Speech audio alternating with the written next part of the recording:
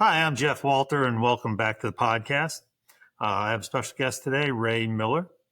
Ray is the managing partner of the Training Bank. The Training Bank is a full-service development firm headquartered in London, Ontario.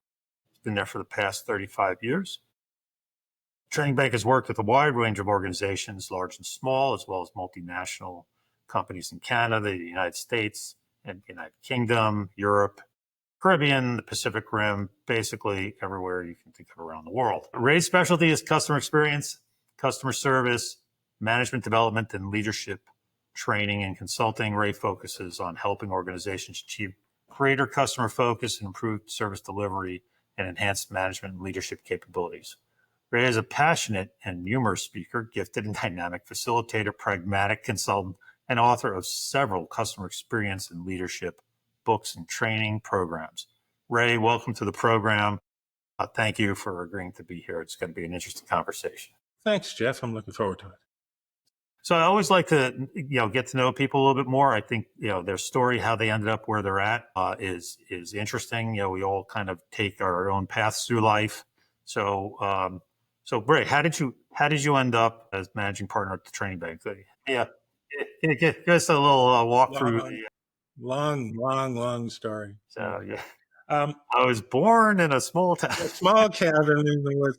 No, it was closer to the seashore. My first career was in banking, and don't hold that against me, because I was a banker for many years, almost 20 years, actually. What was interesting in the last few years of my career with banking, I was a bank manager.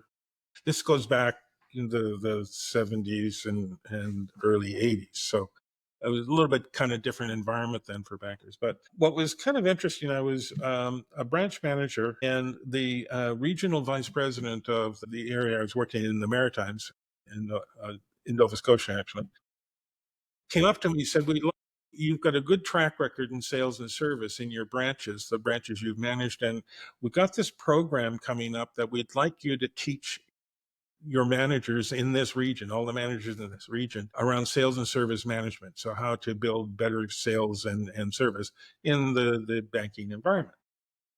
And so I said, so the main reason that you want me to do this is because of my record in sales and service. And he said, no, the main reason is because we know that you do a lot of amateur theater and you don't mind making a fool of yourself in front of other people. And that was the criteria that was used in order to get me into training.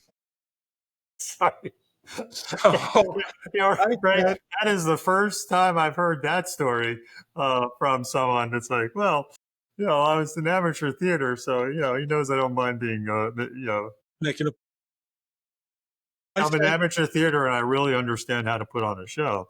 Yeah. So I said, okay, I'll do it. This sounds like fun, right? So anyway, I get trucked off to the head office where they have a train the trainer session. I'd never done any training other than, like in branch type of training with employees. Right.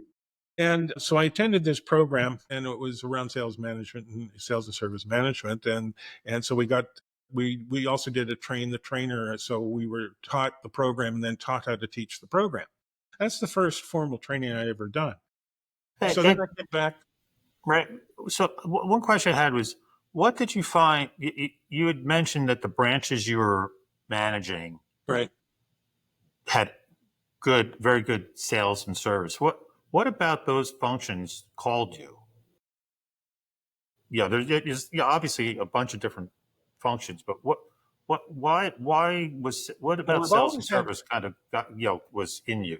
I think that was more, maybe that was just a little bit of my upbringing, and just if we had all these series of different products that we wanted to offer, and I didn't like the transactional nature of banking. You're open from 10 to 3, and I remember those days. And they put in money, they take out money, and it was boring. And so even when I was learning the basic job of the processing all the transactions, I found it boring unless I was actually interacting with customers and getting to know them, talk to them, and make fun of it. During the day, have fun. But that kind of transition to more as understanding that, we need these customers to come back. So let's make sure that when we're serving them, we do everything we can so that when they walk out, they're smiling. And it was just a natural instinct for me. Plus, if they needed something and we had a product and they didn't have it, then we'd let them know about it, and so that they would buy it. And so it's more just intuitive.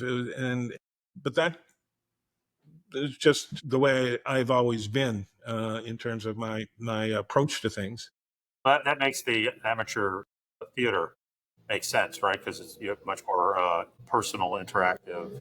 Right. So, and that's really where it all started. But then the way I was training people was just, so we teach them, we show them how to do these transactions, and then talk to them about, here's how you would talk about this product or this service, and here's how you would do these things. But then when I started getting more formal training in how to actually teach people how to do things in a classroom environment, that really intrigued me, and I started to really enjoy that more than anything else. So we ran the first program. Interestingly enough, the person that actually developed that training program, pardon me, eventually became my wife. So and Well, so that worked out well for you. long story short, there were several versions of the program. At one point I wanted to be moved from the Maritimes to the head office in Toronto, because that's where my future wife was now living. Okay. And she was still developing training. She's a brilliant training designer. That's one of the reasons our business has been successful, is because of the bespoke training that we create for organizations. Anyway, and so I moved to Toronto, and the next thing you know, I'm put in charge of more types of training. And he decides to set up a training business and leave the bank. And I'm then promoted to senior manager in charge of sales and service training for this bank. That leads to all sorts of stuff. And then, But when she left, were you all in a relationship at that point, or? yeah, we were then married. Oh, okay. So, yeah, she set up her own little training consulting business, and I was working in this bank. Canada has 5 big banks, and this is one of the top 5. At the time, we were rated number 4 in terms of service, but we went through a massive training process across the entire organization's 2,500 branches and 40,000 employees around service excellence and sales and service. And I Okay. was part of that process. And over the course of the next few years, we went from number 4 to number 1. Wow. And Wow. a lot of what we did, it was not all That's built impressive. internally, but worked with a lot of different consultants and so on, and came up with a change process that actually stuck, because we focused on frontline, we focused on leaders and how to make sure everybody knew what they were doing. So, quick question on that, just because that's a really impressive accomplishment on a large scale, and like everything else, it's multidimensional.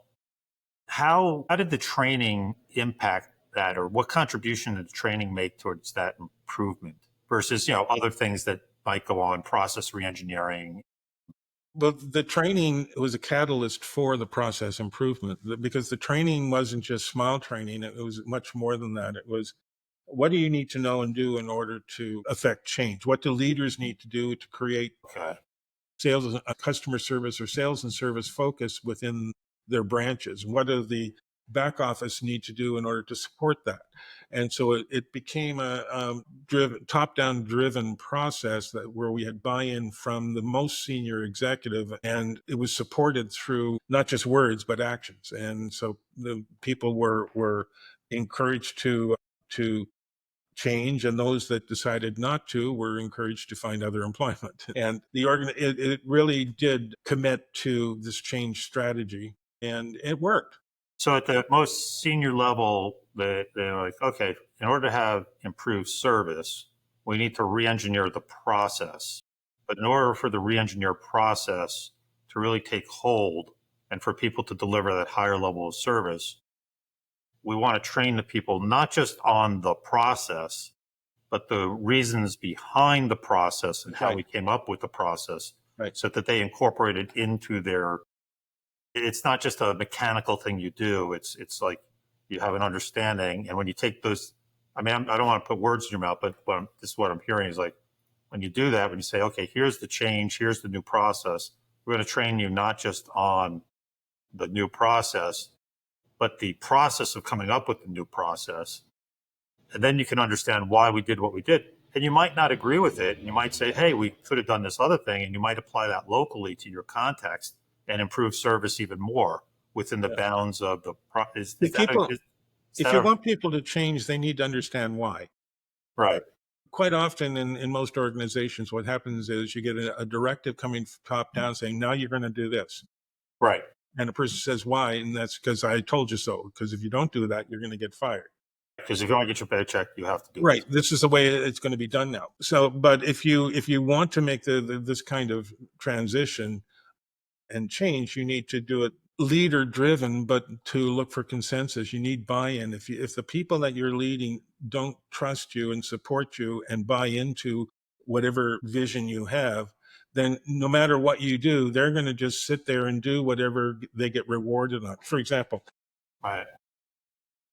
and it wasn't so much in this program, but this is something that we built into our programs, was the fact that you get what you pay attention to. So if you're trying to make a change, your leaders are trying to make a change in something, Mm-hmm. and so they tell the employees, you do this, this, and this because this is what we want now. But then when it comes to uh, employee evaluation time and recognition and financial rewards, they reward the old way of doing things because they want you to do this, but they don't recognize or reward it. And then most people will just sit back and say, well, I'll just keep doing what I'm doing because that's what I'm getting paid for. I'm not getting paid to do these other things because if I do something wrong, I never hear about it. I Right. only hear about stuff that I'm not getting rewarded for. But as soon as you start paying attention to the behavior that you want and you recognize and reward it, but also that you hold other people accountable, the people that aren't doing it, the ones that sit back on the fence and say, if I wait long enough, this too shall pass. If you make sure that they find out that if they do that, that their options are, well, either change or leave. So it's really in any organization, if you're trying to get that kind of change to happen, that it has to be driven from the top, but also bought in from the bottom. But then it requires a level of accountability, but there needs to be measurement, valid measurement that people understand and agree to, and then a level of accountability for that in order to make these things happen.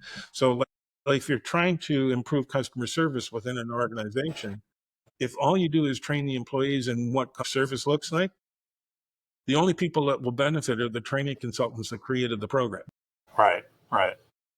On the other hand, if you train people in what customer service is, why it's important to the business, and what they need to do differently in order to deliver a high level of customer service, and then you train their managers in what they need to do in order to see that that happens, so that they know how do I reinforce all the things that my employees have learned? How do you build a measurement system and a reward system to make sure that this training is tied into the performance evaluations and the pay structure so that a person that's delivering service in a high level is getting rewarded for that, and the people that aren't getting Are not rewarded, getting rather than rewarded. across the board increases for everybody. So it's all these components. So if you want to get the service to change, or a sales and service culture, you need to be recognizing all of these things, rewarding all these things, holding people accountable for all these things, which means managers and the managers of managers need to look at the processes, the procedures in place to make sure that they're reinforcing the new behavior that you want. So Makes if sense? we go back to when you were mentioning your prior employer, so to go from fourth to number one in Canada in terms of service, it wasn't, you know, instead of just dictating this is what we're going to do, training was used as an educational arm to say, well, not only here's the new process, you do A, B, and C instead of X, Y, and Z, but here's how, this is how and why we came up with A, B, and C versus X, Y, and That's right. Z, so that you can understand the why. And then also that I've always found if your staff understands the why, they can also adopt it to local conditions. So we Yes. might be doing A, B, and C, but in this particular place, you know, Saskatchewan, we need to do A prime, right? Because it's, you know, just a slight variant because here, you know, you know, there's a different relationship as opposed to over in Montreal where there might be a different type of culture and relationship, right? But the core Have, principles would stay the same, and right, the right. outcomes would stay the same. I mean, how you get there might change slightly depending on where you are, but it all has to be stay true to whatever your vision and values are. So you establish a set of core values around how people will do whatever it is that they do. Yeah, And then you define here's what service is in this organization. Here's what it means to us. And then here's what we need to know and do in order to make that happen. But then give people the freedom within that to uh, make decisions based on their individual clients. Like the way you would interact with a high worth client will be different from somebody just that comes in and is purely transactional. Not that you're trying to treat one any better than the other, because everybody gets treated with the same level of respect and courtesy. But obviously, for those that have more in a banking context, more wealth, you want to make sure that you are looking at the various options available to them, which are more considerable than someone that is working at McDonald's. But you still treat them with the same levels of respect and courtesy and friendliness and all those things, but also help them develop a path for how they can become more wealthy, right? yeah. So okay, so that was at the bank. That was the plan. Your wife went off and started a training consulting firm. You took this training, took it to the next level. So I just started. I really got bitten by the whole training and development bug, and I also just happened to really develop a fair amount of understanding and expertise in the areas of customer experience and service experience. Customer focus is kind of the big category that I call it, as well as management and leadership, because it's the management skills and leadership skills that are required to make everything work. So the whole Right. thing became a package. So I got to the point one day where I'm working in the bank, and banks are very political places, small p political, where nothing gets done unless you're recognized, and you have to know how to play the game, and that tends to affect people's behavior. I was turning into someone that's very good at it, but that was Right. changing who I was as a person, which is contrary to the way I like to do things. So I sat down and actually talked it over with Laura and said, well, we could probably make as much and make a lot more doing what I'm doing now and you're doing now if we combine forces and just take the training business to a new level. And so we started I just joined her training company and we built it from there, and it became the training bank.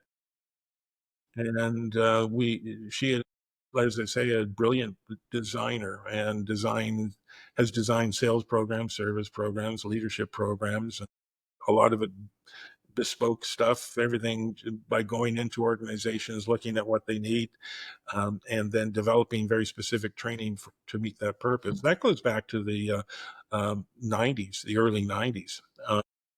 And over the course of time, we developed a number of training programs, all classroom based, which were customizable, all based on, we did a lot of research, plus we had a lot of experience from the work that both of us had done with that bank. And we just, over the course of time, developed a series of training programs in customer experience, customer focused leadership, customer focused communication, management development skills, leadership, supervisory training, all those different programs. And then, interestingly enough, in the late 1990s, we said, well, a lot of this stuff is now migrating itself to this new thing called online.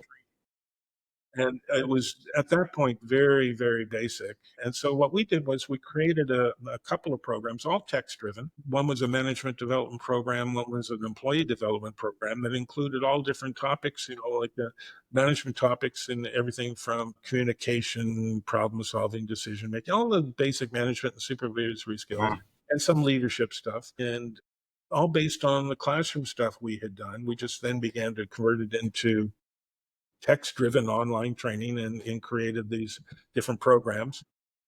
And we did the same thing with non-management, the employee development system that had topics that employees would need to know in terms of teamwork and communication, problem solving, but based on that.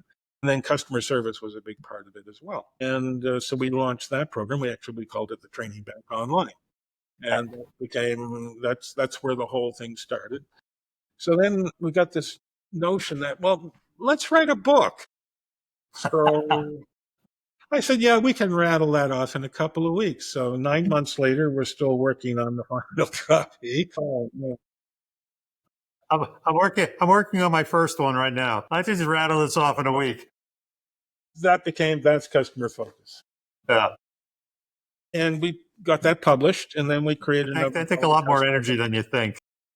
I know, but the difference was this book wasn't just, we didn't want another business book. The world has so many of them, and it's the same concepts and theories, just repackaged in different ways. But what we wanted to do was create something that's more to a how-to. So the book was really, how do you do the stuff how do you create this customer focused environment? And it's basically the same stuff that we learned from all the training programs and all the input and feedback we got from all the participants all over the world and all the programs we did. And so out of that, we got that book and then another book called The Customer Focused Companion. And then next thing you know, we were getting calls from some multinationals saying, we read your book. Can you do this for us?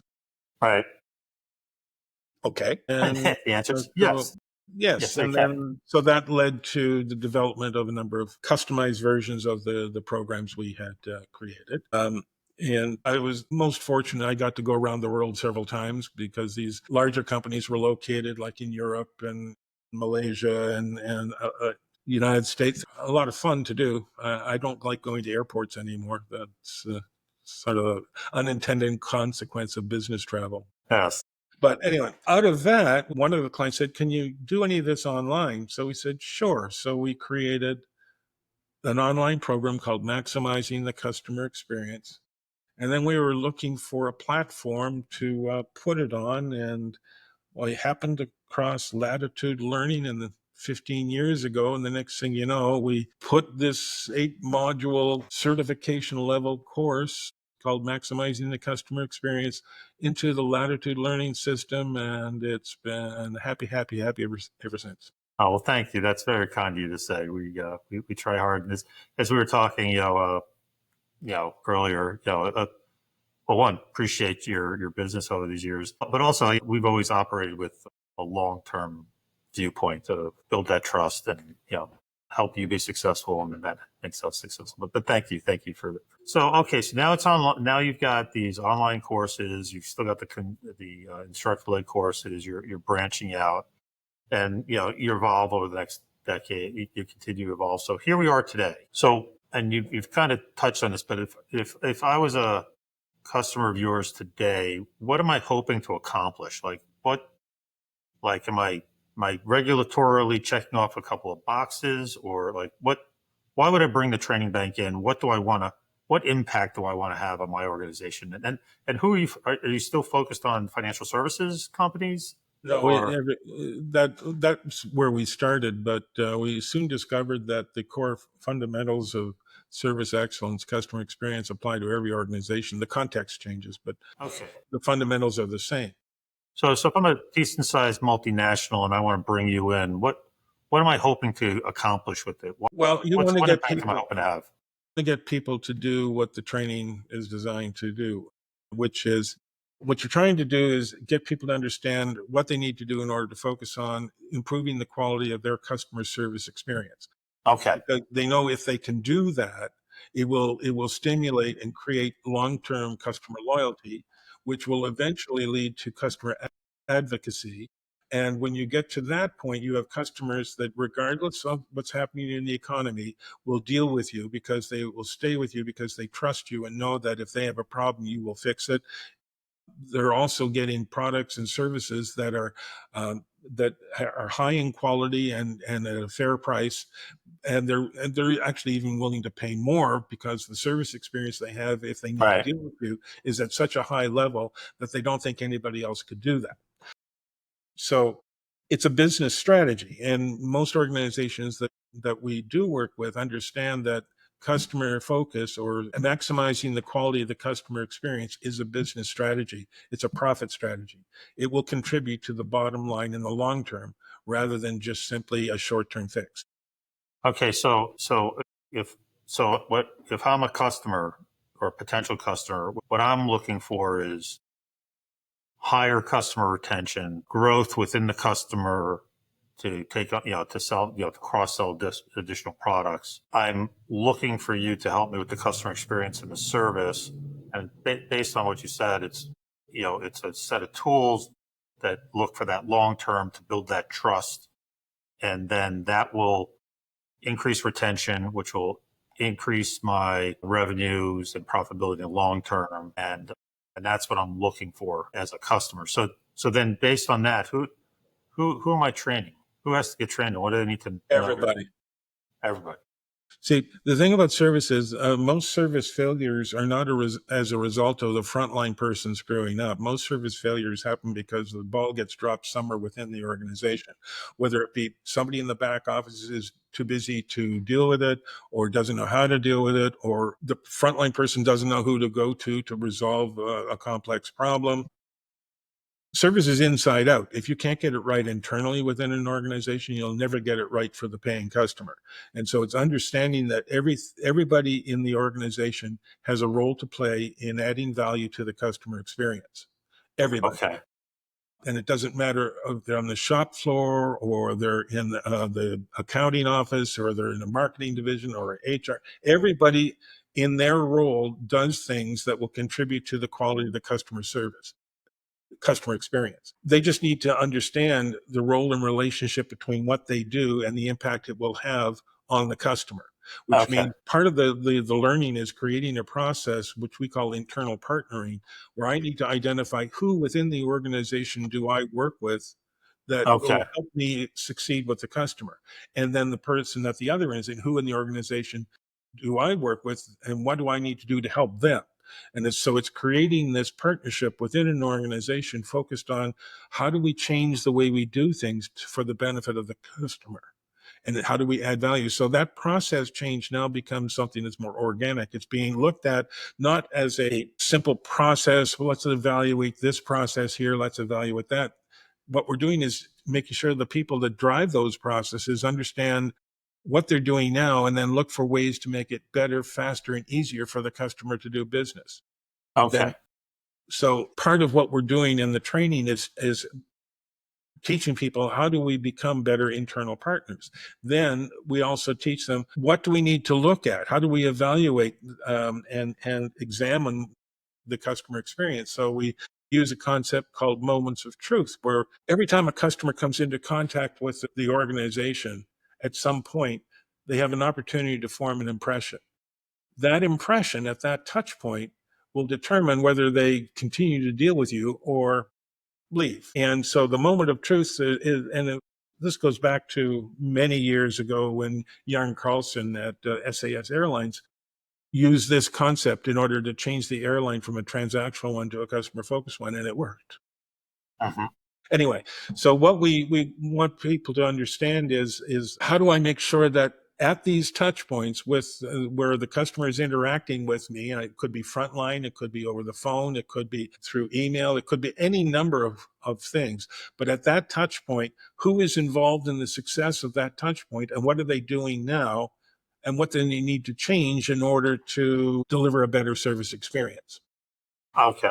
Do you follow? So let me see if I get it. So question I asked was who needs to be trained and what do they need to know and do? And your answer was everyone, because and if you could start with the customer touch points, those, let's just call those the frontline people, the people that are actually interacting with the customer. But then you have to also go up the value chain or the supply chain from them, because if you're in, customer service, help desk, upstream from you is shipping, and upstream from shipping is the shop floor, and upstream from them is supply, and all that needs to work in order for that high quality good to be shipped to the customer and receive it in a timely manner. Right. And then if there's a problem, then the call is going to come into a customer service person who has to know who to go to find a solution. Right. But the person that they go to needs to know what the options are available to them. Right. And not just go, that's Jeff from customer service, I'm just going to return that call in a week. Yeah. And so everybody understands that the longer it takes to solve a problem, the less likely it is the customer will come back. Customers want the solution immediately. And if they can't get the solution immediately, the clock starts ticking. But if the service provider, the customer service agent knows that they have to come up with a solution fast, and one of the things they will do over the course of time is build an inventory of possible solutions. So if the customer, this problem X comes in, that they already have an answer for it. Because Right. over the course of time, it's typically the same types of things, same kinds of problems tend to occur. Or they'll go through a troubleshooting process to zero in on what it might be. And then based on that, they'll know who to go to for additional information. But if that's the difference between this kind of training and smile training, because you can be as friendly and nice as possible, but if you can't help the customer, they're not going to be very happy. Yeah, it's funny you say smile training because we used to own a place, and they went through smile training, and we'd have issues, as you would anywhere, and the issue would never get resolved. But they were the nicest, most courteous people ever. But it drove us nuts. We felt like we were talking to an automaton, like a robot. Like it's like, no, I'm not happy. So the other thing that's interesting as I'm listening to you is, it kind of reminds me of some of the quality management training, you know, where you're empowering the individual as opposed to the tayloristic, mechanistic approach to doing things, where it's like, because it's a couple of different things, right? Like if you're hired to, pull inventory from the warehouse and box and ship it, let's say, and that's your job and that's what you're being measured on. And then you get a call from somebody in customer service or, some other customer experience touch point that says, hey, can you do X for me? Well, they got to be empowered to be able to do that because, their primary job is doing this particular function and they're getting measured on that. But then they have these other interruptions. And in order to accommodate that, you have to empower the individuals and not what you see in a number of what I would say mediocre organizations where they would hit that individual inside the organization with a stick because they weren't on the line producing another widget. They stepped off to help this customer service, and then empowering them to be like, well, we're going to treat you as a cognitive sentient human being, and you're doing what's in the best interest of the company and helping. Like it's a very different approach, but I find it very empowering of the organization to do that and trust that they make the right decision. Yeah, it's doing what's right for the customer and backing the employee. So even Right. if it's in a situation where the employee makes a decision to support a customer and provide them with a solution, which maybe it wasn't the solution that the CEO would like, but the customer is now an advocate, happy, and returning to do more business, that the employee doesn't get criticized or Right. They don't get reprimanded. reprimanded for doing something that was right for the customer. But that's where the support needs to come from the top. Well, You mentioned TQM and things like TQM and the statistical process control and all these things. Those are process driven. They're right. process related. What we talk about is the people side of it, because it's people that drive the process, but the people have to have the right mindset and set of values and focus in order to drive the process in a way that will achieve the result around the customer focused result that you're looking for. Yeah, where I was going with the TQM or the continuous improvement on the empowerment side is one of the big tools that they found that really helps, especially on an assembly line type of operation, but just in general, is to give that worker, that line worker, the power to pull the lever and shut the line down because What the something is research due. says, and what the research tells us is, if you do that, they will become much more focused on making the decision at the right time. They won't just exercise the power just because they have it. They Right. will actually self-regulate, and because they take it so seriously that when they do it, that they have looked at all the variables. Yeah, yeah, yeah. And that's when when I was referencing TQM. That's what I was referring to is often in those. Yeah, and you're right. It's a completely process driven thing, but you're empowering the individual and you're giving them great responsibility. With that power comes responsibility, and then being good human beings They take that, one, it's always appreciated, and two, they take the responsibility seriously, and But the other that, side to that is that the managers of these people need to know what they need to do to nurture that right, and right. sustain that. So if a person does that, but you have a manager that was appointed to the job because he happened to be good at the job and knows nothing about how to manage people, which happens still quite a bit. That's When that happens, you need to make sure that the leaders are getting the training they need that supports the kind of behavior that you're looking for with any training. Yeah, and to go back to what you said earlier, it reminds me of like another thing. And it's interesting in the training you're talking about. The empowerment was one, and with the empowerment comes it's better to ask the ethos, the organizational ethos, which has to be from top down. That it's better to ask forgiveness than permission, right? And so you as a line worker or a customer service, somebody in customer service on the front lines there, may make a decision that the manager or the CEO or somebody up the chain of command says, well, that's not what we should have done in that particular situation. But the forgiveness versus permission is like you get the low trust environment where it's like I have to ask permission for everything that deviates from the process, Right. right? But And that takes then time. part of good judgment, when you're teaching these people to do these things, you need to be able to define the upper and lower control limits Right. that they have to work within so that they know how much flexibility they have. And the more accurate you are at doing that, the more likely the person will always stay right in the middle and deliver something that because they know that they're going to get supported because it's within a framework that they understand. Well, it's interesting because it also circles back around to what you said. One of the things you were talking about earlier, which was if you have that ethos, even when they go outside the limits, even in those rare occasions when they go outside the limits, if the conversation is along the lines of, this is why that wasn't a good idea. Like, I understand your motivation and I understand what you were trying to accomplish. Your aim was true, but that method was not a good idea for these reasons. And Right. therefore, don't do that again in the future. Right. It Is becomes a learning opportunity. Yeah. exactly.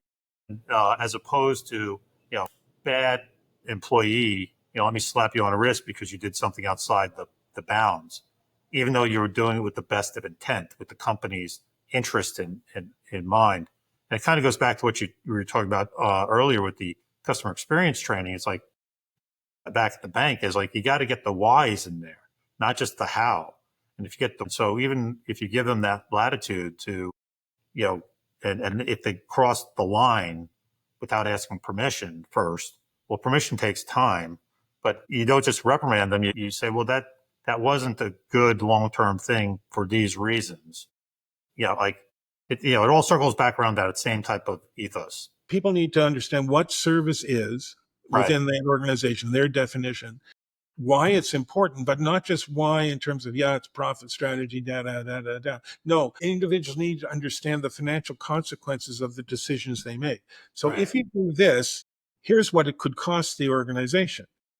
If we deliver poor service, it's going to cost us this. It's 5 times more expensive to bring in a new customer. We have to keep the ones we have happy. How do we keep them happy? But what are the limits that we have to work with? So that's the why, what it is and the why. And then from there, we look at getting into more of the details. So what do your customers want? Why is and when it comes to general service experience, what do they want? What can you do in order to make sure that the experience they have is better than they would get elsewhere? Satisfy is not enough. Satisfy just means they're getting nothing more or less than what they expect. You need to look for ways to give them a little bit more to keep them coming back for more. And then how do we do that? How do we trace the flow of the customer through our organization, looking for those touch points that I mentioned earlier? And then who's involved in the success of those touch points?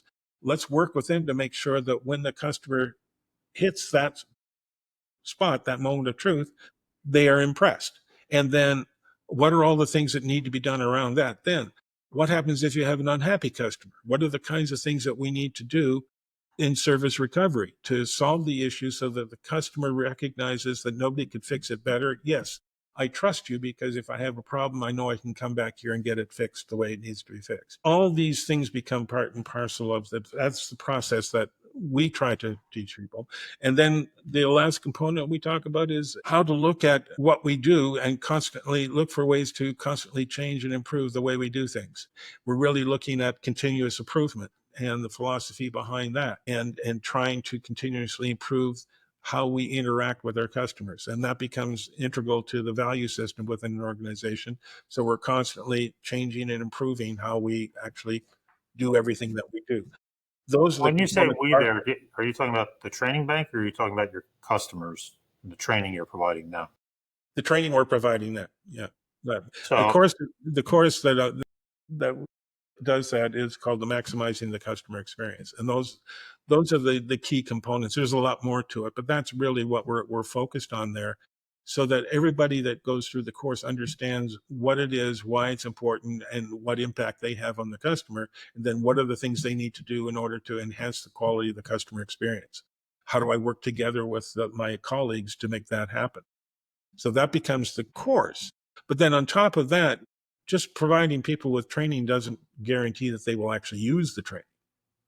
So we learned this from our classroom program. So part of this whole process for those organizations that want the training is to look at what do the managers need to know and do in order to support the training. We have a program called Customer Focused Leadership, which is done either in classroom or done in live webinar format, where we look at the managers get together and we look at let's take now what your employees have learned online and transition that to their real world. And here's some tools that we are going to work through to make that happen. And we have a implementation and embedding document, which is about 150 pages of action oriented meetings and stuff that they can do in order to bring their teams together to then translate the general concept into something specific to their realm, their area of influence. So now you have the managers knowing what they're doing. They have tools to help them engage their employees in how do I apply what I've learned.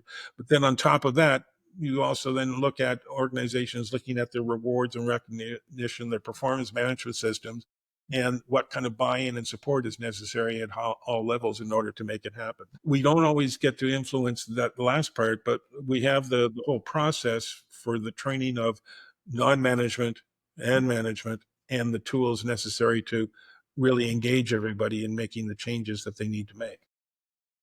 question on that. Have you guys, when you're engaging a client like that, have you ever done like longitudinal groups that get together periodically over a period of time? Like the thing I came to as you were talking, I was at a conference recently, and I think it was Marriott. Somebody from Marriott was there, and it was interesting. They had a training pre-COVID that was like 3 days on site, right? Everybody comes in, a lot of bonding, poof, they go away. They learn what they have to learn. And they migrated from that to a, same content, but stretched out, but in webinar format over a multi-week period. And what they learned that was really interesting was it more because the classmates would they restructured the training so that at the end of each session over the multi-weeks, they would say, try this for the next week on the job.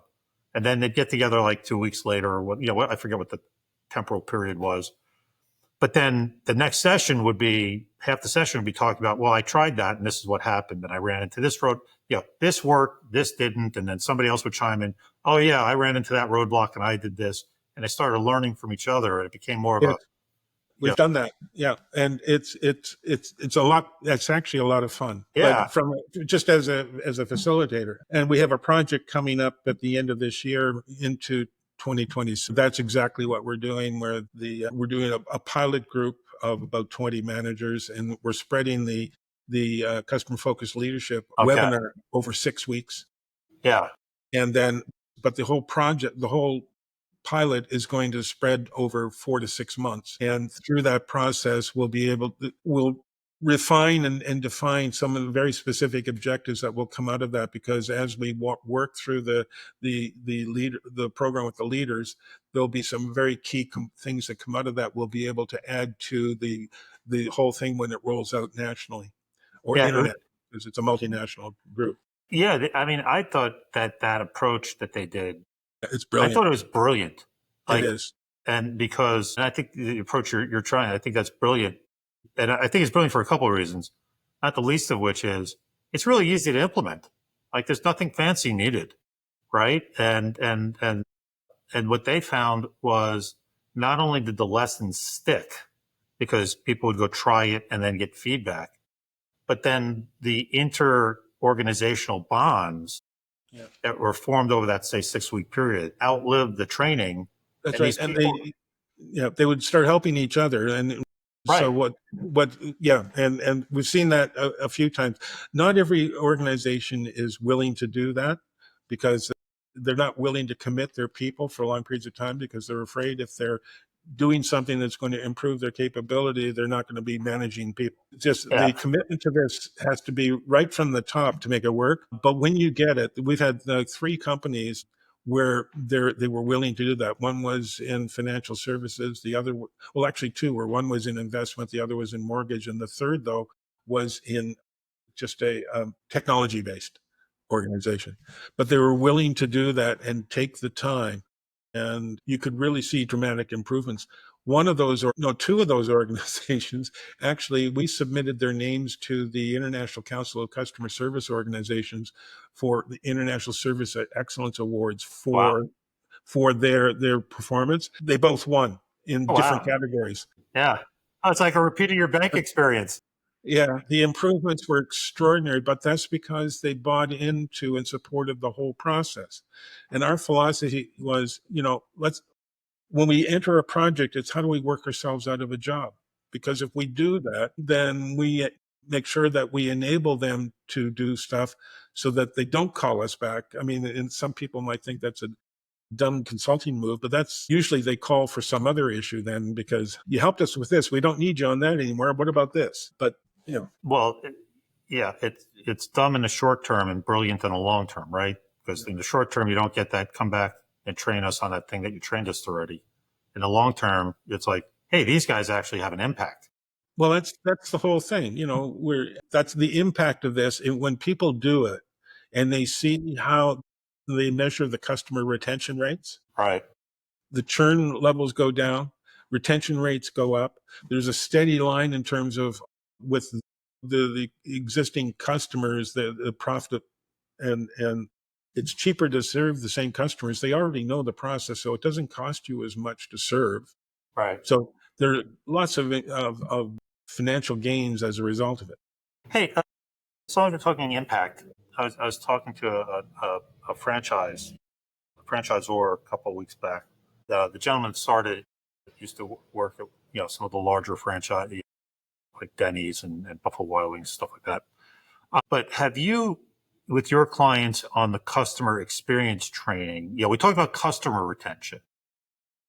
Have your clients, or have they looked at employee retention? Some have. How has it impacted employee retention for those that have looked at it? The retention rates are significantly higher, because Yeah, in order to do all this, the employees have to be treated really well.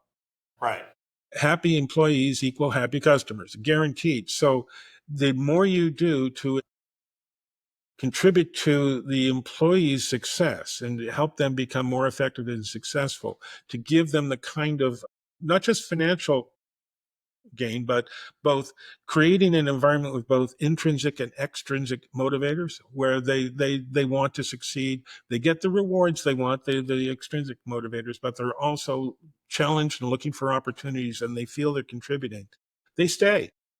yeah, Most of the people that go searching for another job, they're doing it because they're not happy where they're at. right. Yeah, that was his whole thing. So he was in the restaurant business, which is notoriously high turnover. And he talked about the training program, in terms of improving quality and productivity and delivering a good customer service, kind of different, completely different industry, right? Much different, but he said the real impact it had on his organizations was his employee retention rates just went through his turnover rate dropped like a brick. There's a direct correlation And between employee engagement and performance management, which requires sizable levels of really good, highly focused leadership, good management skills, good supervisory skills, good communication.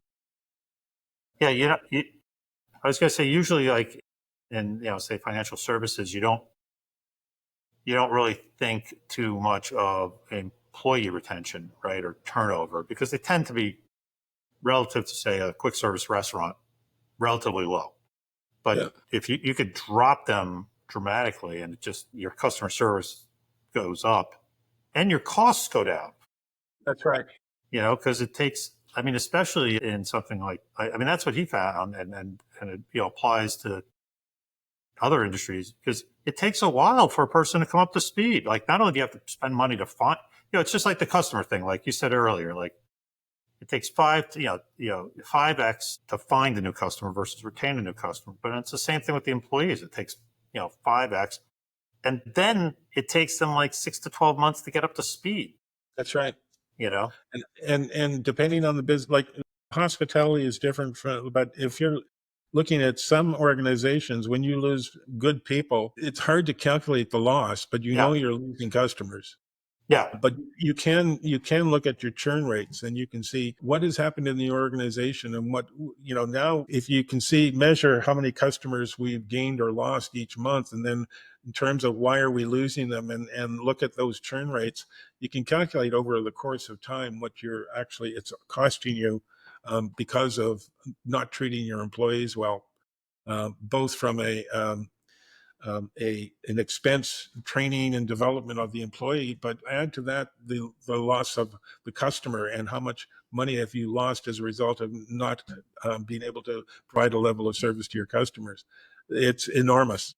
yeah. So But yeah, interesting enough, you've seen that with your clients, that yes, while you're focused on customer service and customer experience, and improving client retention, and that a residual benefit, or a second order benefit, has been improved employee retention, absolutely, which, absolutely, and all of those things just lower your costs as an organization, and, right. and increase. Beautiful. So as you've hinted on a couple of things, especially with this more longitudinal. What do you find is the biggest challenges you or your customers face when you're trying to implement these types of training programs? Like, unless Long you've got some serious magic, there's always some challenge. long-term commitment. If you have to also manage expectations, it takes if you're going to do this, it takes some time to make it work. Like, you can't just train everybody and expect them the next day to be delivering at a level of service that's going to make you gazillions of dollars. It doesn't work that way. It takes time to make these changes. You start the process, then there will be, typically what I see is, when it comes to the front line, for example, you have in every group, there's about 25 to 30% are early adopters. They'll buy in right away. They were like me when I got my job, and I just had a natural tendency to want to serve customers in a certain way. And so you're going to get early adopters. That's about 30%. Then you have another group they're on the dark side. They're on the other extreme of the continuum. And they're the ones that say, if I wait around long enough, this too shall pass. Kind I'm of the not really interested in naysayers. doing this. Yeah. And then you have a bunch of people, and that's about 30%. Then the remainder are sitting on the fence.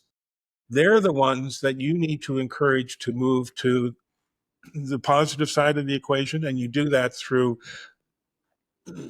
reward, recognition, support, developing these people. I'm not talking about cushy stuff. I'm talking about just good, solid management, people development stuff, but showing them that there's measures in place in terms of service performance measures and accountabilities.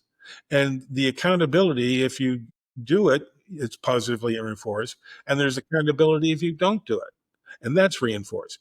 If people see that happening, then they'll move to the positive side. On the other hand, if a really good person keeps doing it and then their reward is to have to do more of it while other Right. people are sitting on the fence, Uh-huh.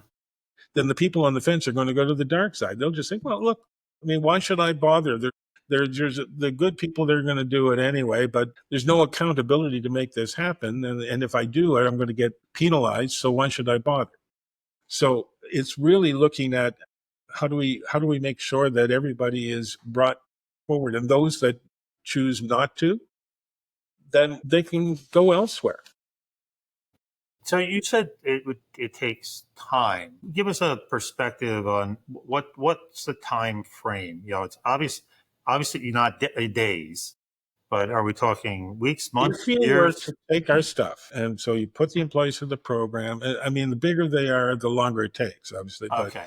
if you were to take and take the program, and by the time all the employees have been through the program, and the managers over the course of 16 weeks have done all the embedding and stuff, that these activities that we talk about, and you're actually building customer focused teams to look at corporate issues, and you're beginning all that over the course of a year to 18 months, you should see some tangible changes. Okay. So it takes so you're doing this. The training is taking what you Depending on the size, it's going to take, it might take 6 months for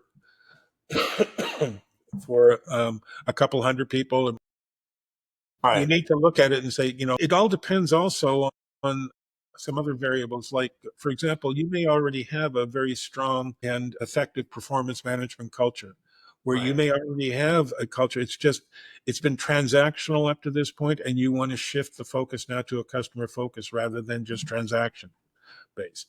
So, but you already have a really good, effective performance management system, and you have managers and supervisors that are already well trained and know what they're doing. Then it won't take as long because you don't have to spend time developing their ability to communicate, to problem solve, to evaluate performance, to deal with performance problems, to do all these kinds of things that leaders need to be able to do. So if that's the case, then you go through the training, you point out to them, these are the things you need to do, and you already have the skill to do it, but here's the way you do it in this context.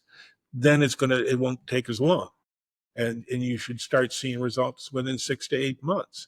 But it really depends on how much priority is given to this. So typically what I see happening in a lot of organizations, except for the three that I've already mentioned, it starts off with good intentions. Everybody wants to do it until they realize how much work is. Okay. And then it's what could happen if you don't, you build into the project. These are the things you make the senior decision makers aware of what they need to do, and you try to get their buy-in to it. And if they do buy into it, the extent to which the buy-in they may say one thing and believe another. You never really know, but you can tell within 6 months if it's going to work or not by what's the next flavor of the month if they decide to shift focus away from this. Once you start it, that has to be your main priority. The customer focus is the organizational mantra, and everything around what we do is based on that. And when you do that, it affects everything the organization does. But you have to be willing to stick with it, otherwise it won't work. If I can paraphrase, just make sure I got it right. The biggest challenge that your clients face and you face is for them to stick with the Stick with it. program. Because at the end of the day, what you're talking about is changing organizational culture. Changing culture is hard, right? Teaching somebody how to a process is relatively simple and straightforward. But if you want to make real change, it's a cultural change. It sounds like the training program might last 3 to 6 months with the formal training. That gets you I would That's the imagine starting point. gets it going and an indicator that things look good in the future.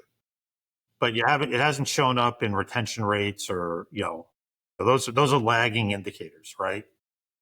And so, so while, people are like, hey, this feels right. This feels good. I feel like I'm feeling the change. Then it takes another 3 to 6 months for results to start Yeah, trickling yeah, in. yeah. Again, depending on the size of the organization. And you also, one of the things we do look at in the program is, what kind of customer feedback are you getting? What are you asking? What kinds of questions are you asking? What kind of information are you getting? What mechanisms are you using in order to data mine? What are you doing to find out what your customers like, don't like, want, and expect when it comes to how you're treating them? And once you have a process for that, you can start to look at, if they're leaving, why are they leaving? If they're staying, why are they staying? But you're getting reliable data to help you make these decisions.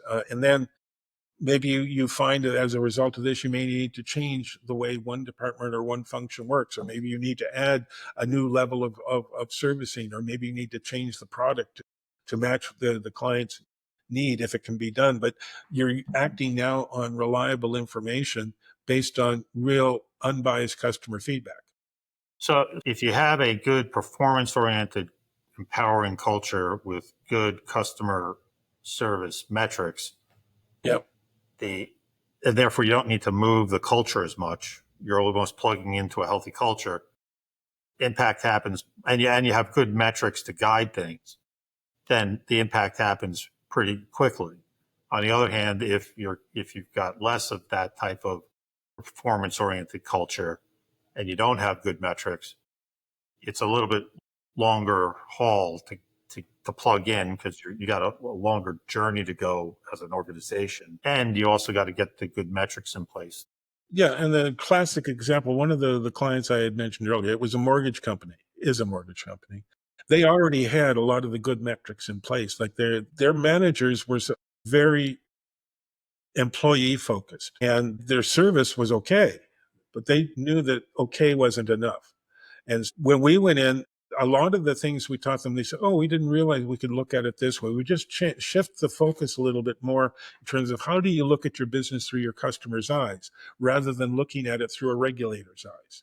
And Right. once they started to do that, and they started looking at it, it started to click, because they already had really good fundamentals in place, a really solid performance management in place. We just needed to give them an additional set of things to look at and some tools to look at it differently. And that when they started applying these tools in these various meetings, it engaged their employees. It became a catalyst for ideas, improvements. Oh, that's And, cool. and they had to hold people back because they were getting so many, and they were all really good. But because people, when they knew they could get recognized, not rewarded, but recognized for coming up with improvements in that culture, it was already a positive culture. And we started seeing results within much less time, because it was the end of the first year. We started it. It was I think January, February, March was when we did most of the training. I submitted their name to the ICCSO in January the following year, within 12 months, and they had results to prove it. I mean, it was extraordinary. But we're dealing with extraordinary people. They just needed some help to get to the next level.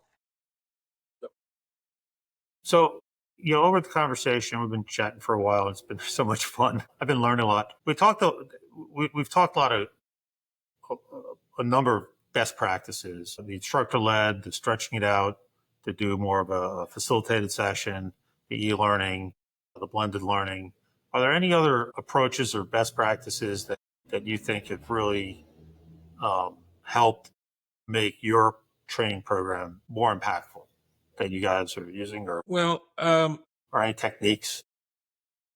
what's interesting, one of the things we did was, I'm not sure if this answers your question, but we do focus a lot of our attention on corporate type clients, but we also have a number of NPOs that work with individuals in workforce development Okay. areas. And we have several organizations that we've set up branded versions of our portal where they are helping young people with training, not just in customer experience, but in a number of other business tools to help them get jobs. Some people are physically disadvantaged, other people maybe socially disadvantaged, that don't have the money. So through funding, they've been able to put people through the program. We provided them with a structure. So they take people through a couple modules, and they get together and they talk through it, work through it, and they work through the program. And then these people are better equipped to get into the job market. because the program is a certification level program. And so they can use the certified customer experience professional designation once they complete the program. And we found that's been extremely helpful because what we're creating within organizations from the bottom up, advocates already that know what needs to be done to improve service. And we already had in a couple of cases, there have been calls that have come to us. Well, we hired this person. They've been talking about this. So we wanted to find out more about it. That's so You know, cool. yeah. That's so And cool. so in terms of what else are we doing, we're constantly looking for ways to make it easier for people to learn what they need to learn. But I think the fundamentals, we're not looking for fancy bells and whistles. The e-learning component, the online learning course, it's all the knowledge that you need. We're not doing skill development there. That's what happens with the implementation and embedding guide and the managers, where they can now work with their employees and start the skill development component, because you need to have three components, right? Presentation, application, and feedback. Well, we can provide the information and we can provide some limited feedback on knowledge questions, but in order, learning happens in the application feedback cycle until a person gets it right. And we're not doing as much of that. You can't really do that in the online environment that we have. And that's why we created these other structures with the implementation embedding guide.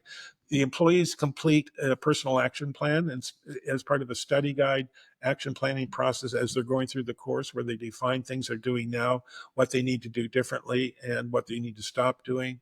They also do some application exercises in the study guide, but it's not evaluated. So that's where the managers come in. We teach them what they need to look at and so on. So they're getting feedback in a different way. At this point, from my perspective, the school is out on the extent to which things like technology-based support. Uh-huh. I have great fears with AI, especially in the customer service arena. In what regards? Well, not so much in terms of my concern is where organizations will start using AI to replace people in the solving customer problems, because a computer is not going to be able to provide the type of understanding and empathy necessary to deal with a customer problem. Where I do see AI coming into play is the completion of repetitive tasks, things that, in a service function where data mining, gathering information, and doing things that are repetitive, like sending out acknowledgments just to acknowledge something, where they're not actually interacting with the customer, that's fine.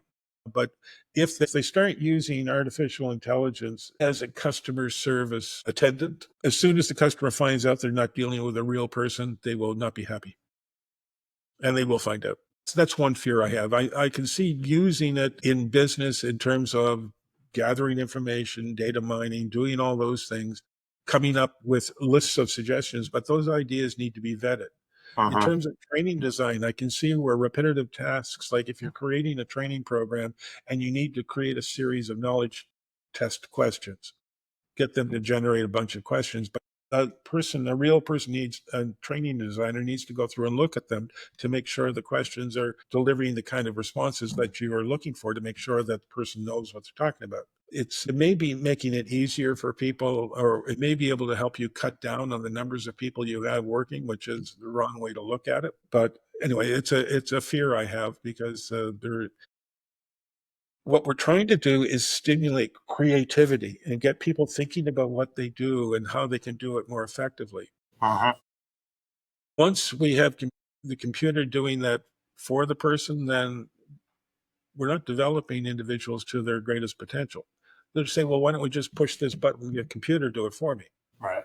I have a fear that if they do that, we're actually going to have a negative impact on the intellectual development of our employees, because all you need to do is teach them how to put in some variables and push a button. I remember back when I was a banker, and I'll go back to that one of the things I had to do was make decisions about the quality and character of the person I was lending money to, whether it be a business or an individual. Today, it's all done, and you put figures into a system, and the computer tells you whether or not you're Right. going to approve It's all the loan. algorithmic. Right. But back in the day, I just said, well, back then, I had to make the judgment decision based on the information I had and the character and quality of the understanding the customer. And I had to learn how to do that. And I learned how to do that by sitting down with the best of the best to find out, how do you do this? How do you do that? I don't think if we're going to create good decision makers if their decision is, well, let's push the button and see what the AI says. Because then they're going to get a bunch of information. How are they going to be able to evaluate that information and know what's the right thing to do? Yeah, it's interesting because we've been talking a lot about AI on the content generation side, and it's been really helpful there. Also on the skill development side to use simulations and avatars, because one of the neat things, one of the things I really liked about that approach of that manager training over weeks where you're with a group is skill development was all about practice and coaching, practice and coaching, practice and coaching. And it was, I thought, an ingenious way. But I think the AI can do that. But on the flip side, like what you were saying, I mean, I'm noticing more and more, chat support is all AI driven. And you have to integrate in such a way that when it hits its limits, like, which is great because you can get some things resolved really easily and quickly. But then you need an even more level 2 type of support person to handle everything that it can't. To take well, here's one of the interesting things. We're actually developing. It's an expansion of one of the modules in the course, and it deals with just a general statement on AI, but with online chat, because that's becoming a real dog's breakfast. See, online chat was originally created simply to provide product answers to product questions. And if that's the case, so how much does this cost? When are you open? What does this do? If that's all it does, that's fine. Unfortunately, what some organizations are doing is using online chat to solve problems and without the involvement of a real person.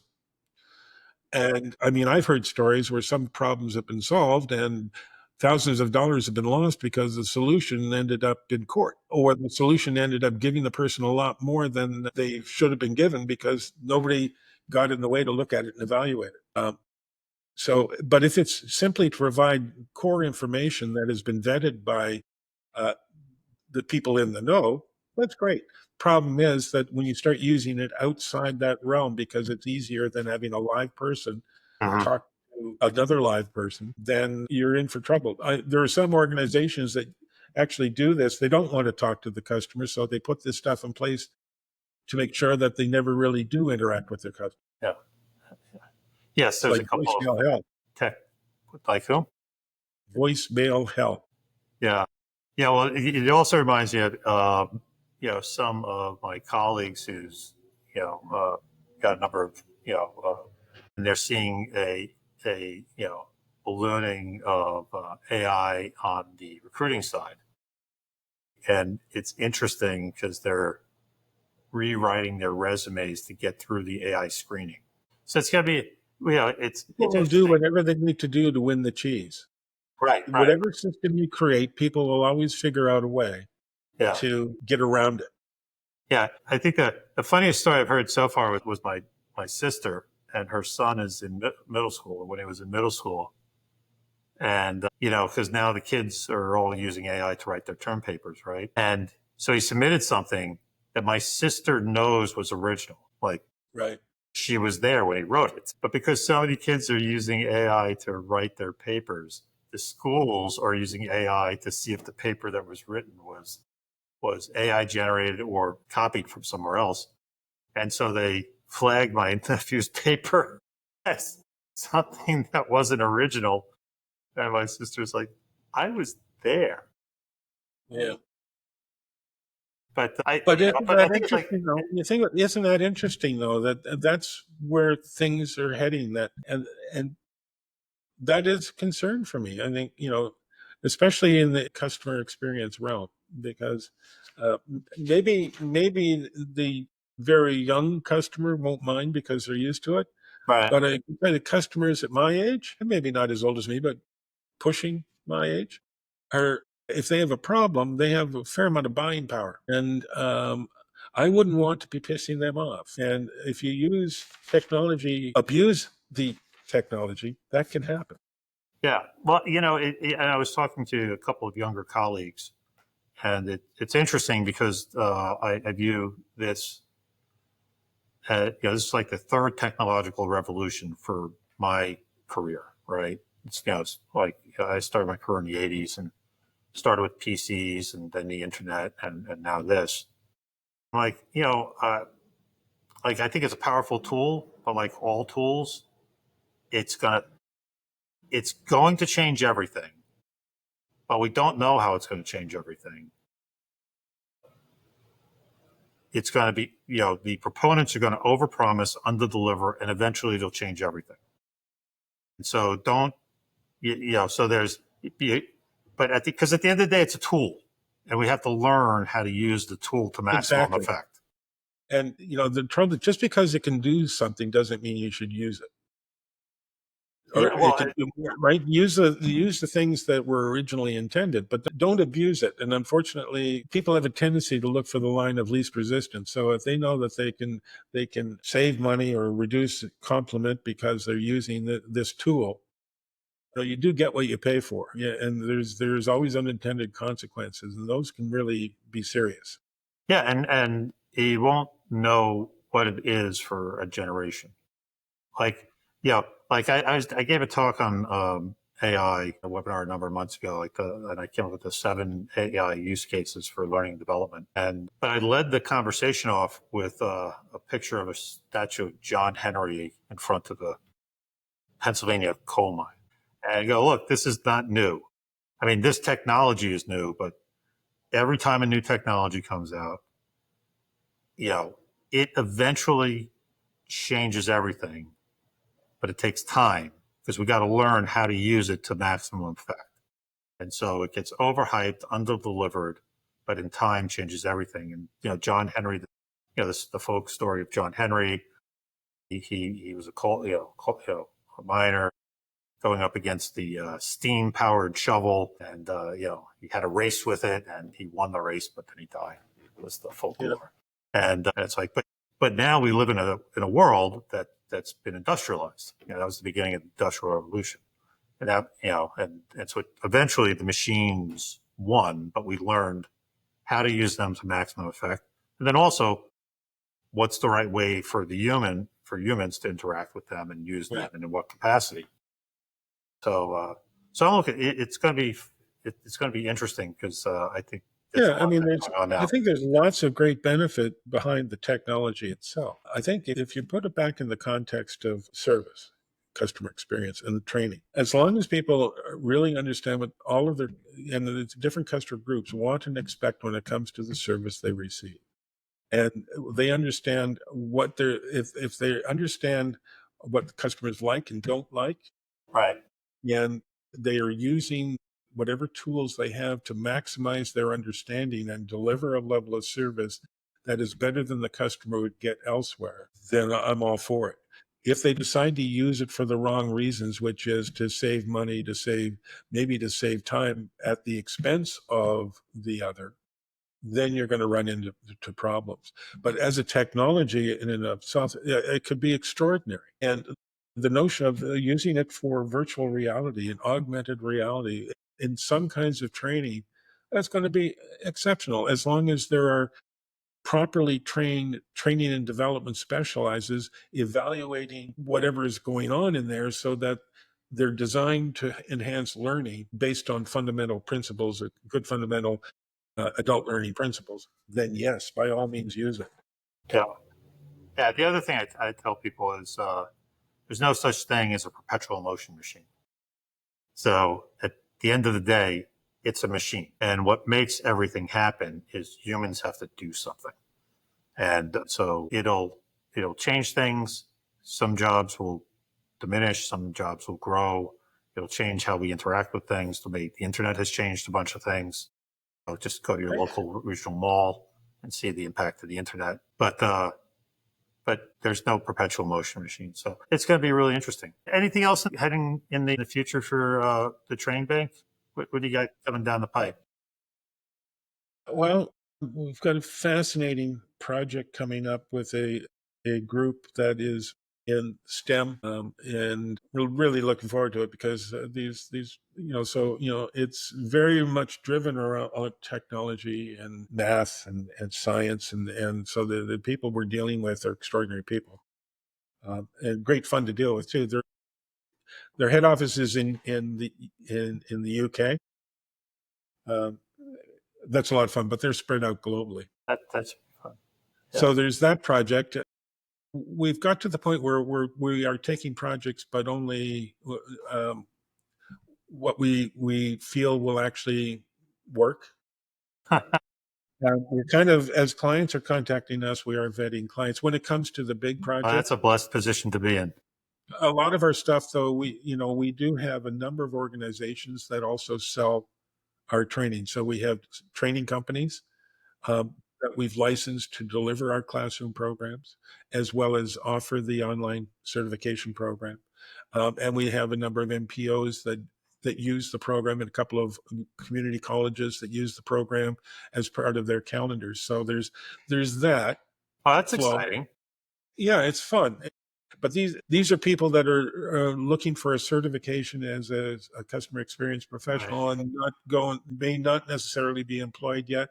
We have others, companies that find us and they're going through the program, and then we will, in some cases, set up a branded site for them so that then they have their employees going through the program. As in some cases, it's all the employees up front. Then over the course of time, it's onboarding, and they're using people that are maintaining this philosophy. It's great. It's actually, we've got several that it's really nice. So in the morning, I boot up and just see what's happening, and I say, oh, they've got some new employees. They just sent 5 people into the course here, and they're training another cohort over here at this community college, and so That's very there's cool. that as well. So there's the corporate things which are challenging but stimulating work, but then you have these other things, and and just as a plug for the Latitude system, it is so easy to use. Typically, the only problems people have tend to be, I forgot my password, or for some reason, there's a traffic jam where I'm waiting for the system to give me access to the next module. But you've solved most of those problems. So, Yeah.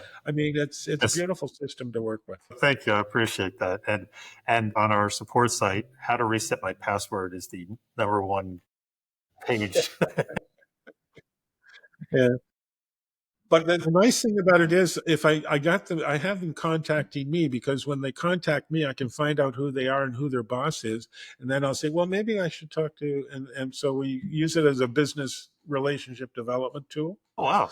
That's pretty. and just it's good to know where our customers are and what they like about the modules. Sometimes they say that it was a great module, but you had a comma in the wrong spot. Okay, so then we go in and fix Gotta it. fix that. Hey, so shifting. So that was a really wow. I learned a lot. So thank you for sharing that. Shifting gears, when you're not working on the training bank and making it all it can be, we're learning professionals. We love to learn things outside of work. What do you like to learn about? What subjects interest you the most, and what are you Music. doing? Mostly music. When Well, COVID hit, I started to teach my granddaughter, she was 8 at the time, how to play the ukulele. uh-huh. And then that graduated. Then I got her a smaller guitar, and then teach her how to play guitar. And now every once a week we get together on Zoom or Teams. Can't remember what it is now, but we get together, and sometimes it's a lesson. Other times we just play and we play some music and chat a bit. She's just she's 13 now, so Oh, wow. and she's a brilliant musician. Plays piano, saxophone, ukulele, Oh, guitar. my. Is great. Anyway, so I spend a lot of time working through arrangements of songs to come up with stuff, and I also like to play, so I just sit in my little studio and make noise. Yeah. In addition to the ukulele, are there other instruments you play, or? Well, I've got keyboards and piano and mostly guitar. I love it. And what style of music do you like to arrange and play? Well, I'm a product of the late 60s, early 70s. Okay. So, what I can remember from that period. But a lot of it now is things like Fleetwood Mac, James Yeah. Taylor, Pink Floyd, Led Zeppelin.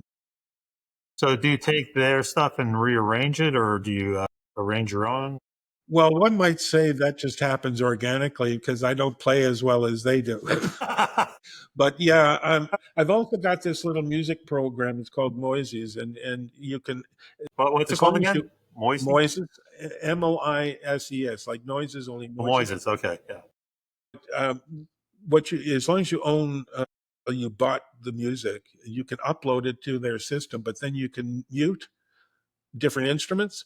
Uh-huh. So you're actually playing the recording, but for example, if I'm playing my guitar, I can mute the guitar and play along with them. So they're singing and the bass is there and all of the other That's instruments are so there, and I cool. can play along with it. So it makes me feel like a rock star. And right now, I mean, I've got this thing. Santana does this piece called Europa, Huh? which is Yeah. a beautiful piece of music. Anyway, so I'll turn him off and put my headphones on because it never sounds as good. But anyway, and I'll play along with that. BB King's got The Thrill Is Gone. He does a beautiful, some of that stuff I That's some like. great guitar in that. So you play you play the lead when you. That is so cool that you can upload a song Yeah. and mute the different And instruments and then play along with the band. I used to have a fairly good singing voice, but unfortunately, over time, it has lost some of its range, like Yeah. most of its range, because, and so it's nice to be able to hear Stevie Nicks sing when I'm playing a Fleetwood Mac song rather than me trying to, you Yes. know, So the tool is called Moises. voices. Yeah, That is Moises. that is You so just, cool. there are different levels of subscription. This one it allows you to upload up to 5 of the instruments, but you can get the professional one, which gives you massive amounts of control over the instrumentation and everything. And it's only like $40 or $50 a year, and it's worth every penny because That's nothing. That's you know. wow. But it's a great simple tool, and so yeah, so yeah, so That's that's really fun. cool. That's fun. That's fun. So other than that, I just work on gaining weight, and You're putting your mind to. yeah, it's not that I do it intentionally. It's just that every time I eat, it seems to just add another pound or six. Well, well, before we wrap up, Ray, is there anything else anything else you want to share? It's Um, been a really educational session. It's been I awesome. think with all the turmoil that's going on in business these days and the unpredictability of what's going on in these days, and a lot of it being generated by unnamed persons, one of the things that businesses are so focused on is okay, like how are all these things going to affect my bottom line and supply chains? And they're beginning to forget about the impact this is having on their customers. What customers want and expect when it comes to the service they receive is quite simple. They want providers that are helpful, empathetic, able, responsive, and trustworthy. Each of those dimensions of service requires um, very specific deliverable skills and understanding. So service providers are viewed by their customer as being helpful, empathetic, able. They have heart. That spells an anachronism. These days, everybody is so focused on the chaos, and we talked about that a while ago. They're forgetting about their customers. And I just want people to recognize that ensuring that your service providers, your entire organization is focused on the customer experience is a business, a profit strategy. And right now, this is when you need to reinforce it and invest in it because if you wait for things to improve, you will have lost so many customers that it's going to take a long time to get new ones because people are going to go shopping for the best price. If they don't think that they can rely on how well you serve them and they trust you, they'll just go shopping. So right now it's a matter of how do you make sure that you retain the customers you have because those are the ones that are the most profitable in the long term. And if it starts with some training, give us a call. Ray, thank you so much. Like I said, I enjoyed the conversation, I learned a did too. lot. We should do this more often. This is great fun. I like this. Yeah, let's do another one another time. It was a lot of fun. Yeah. We'll take it in a different direction, talk about some other training stuff. Yeah. Pick a different topic instead of us talking about our stuff. Let's talk about stuff. Anyway, yeah, Yeah, I no, that was enjoyed a it. lot. It was a lot. It was a lot of fun. So thank you for your time, and to everybody out there, thank you for listening. We enjoy it, and we're having a great time. I'm having a great time. Ray, thank you so much. My pleasure. My pleasure.